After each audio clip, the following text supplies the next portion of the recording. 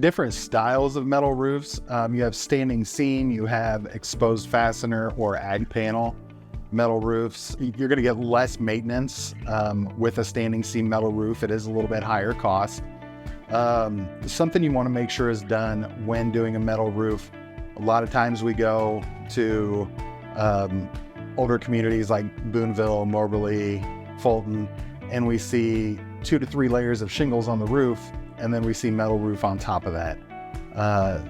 Those multiple layers of shingles are really going to deteriorate your home. Whenever you have a metal roof put on, you want to make sure you go all the way down to the plywood or the decking.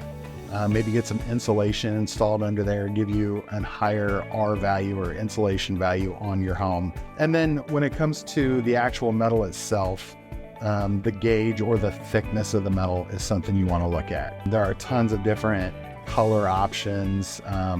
Lots of times metal roofs can be painted if you want to change it after the years. But you're going to typically get around 60 years out of a metal roof.